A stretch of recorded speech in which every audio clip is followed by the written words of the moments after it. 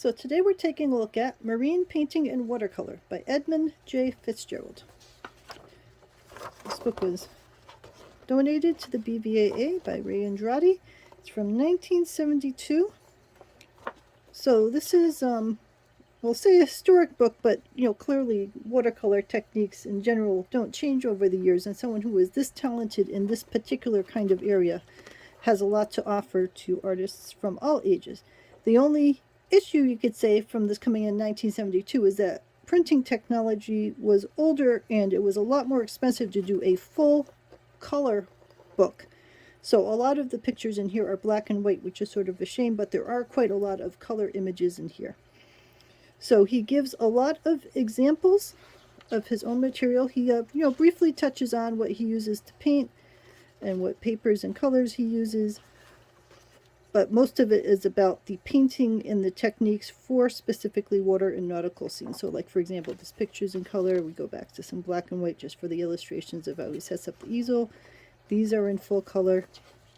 He spends a little time on how to do washes and such, but he assumes that people getting to this point where they want to know about working specifically in nautical images probably have a good handle on how to stretch papers and how to do washes and those sorts of things, and need the more specific details on how to do watery kinds of landscapes. He talks a little bit about how to do plein air, which is painting outside, and how to be able to set up your scene.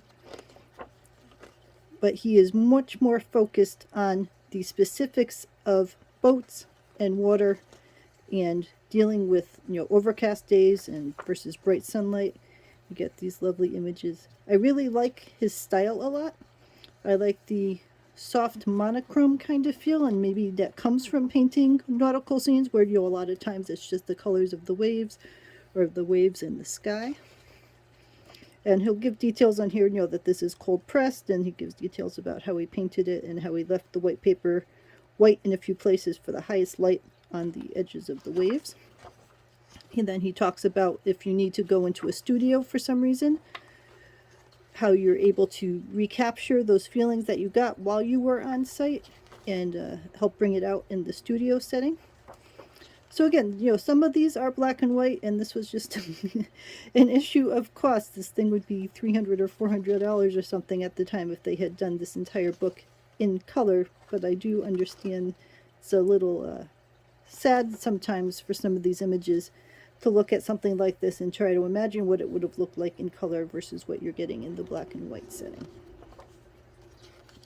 He talks about water in motion, the way that light hits off of the different crests and troughs of the water, how to capture that feel of it. He gives specific examples to show how the shadows work and so on.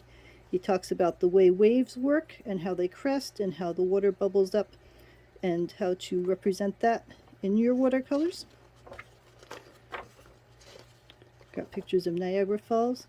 I happen to live in New England, and he's got quite a lot of imagery in here from New England, so that makes me happy to see things, like sailboats in Newport, locations that I've actually been to, the Provincetown Pier. But he also has Mississippi Shore. He has a variety of places located in here. Talk some more about how whitewater forms and how to give the feel of the different, the spray of foam versus a breaking wave and so on. He talks some about the sky, because so much of a nautical scene often can be about the sky high above and how the different kinds of clouds look, how to handle perspective when you're doing the sky. So yes, there's a fair number of black and white images in here, but so much of what he's providing are the details of how he creates these images, and the images are just sidelines to it. So while it's a shame that we do have these things in black and white, that's not the key part of what the message is here. It's about how to think about the details and how to think about the way the water's moving and the way the sky is reflecting and all that kind of stuff. So he talks about water lilies, talks about some structures, docks, boathouses, seawalls, all those kinds of things. It's a lock at Troy. I love locks. Nubble Light, an art class at Nubble. And then he talks about boats, because a lot of times when you're doing nautical scenes, you're dealing with boats. So he talks about perspective on boats, how to simplify the shapes, give the feel of a boat without having to go into every last little tiny detail. But then you look at something like this, and he was just so talented in being able to portray these.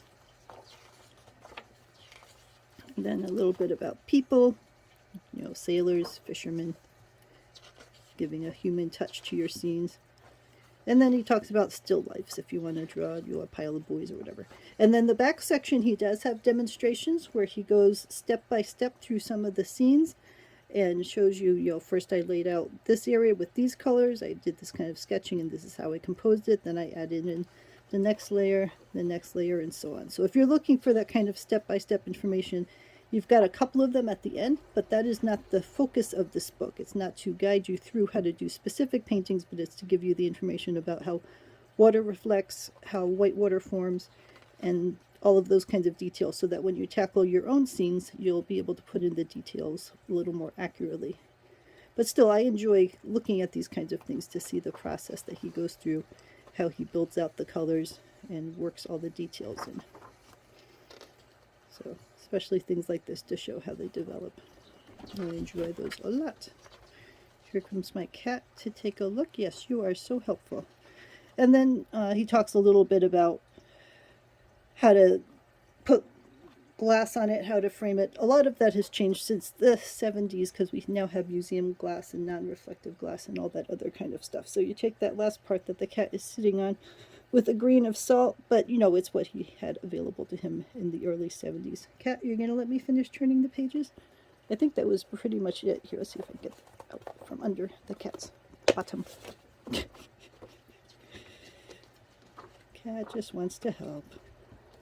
You know, he talks, you know, a tiny bit about exhibitions, but that's not the focus of the book. The book is about making the painting and not how to frame and sell it. And then he's got some bibliography, but again, this being a book from the 70s, he's got books in here from the 50s and the 40s, so it's probably better to look for more modern options.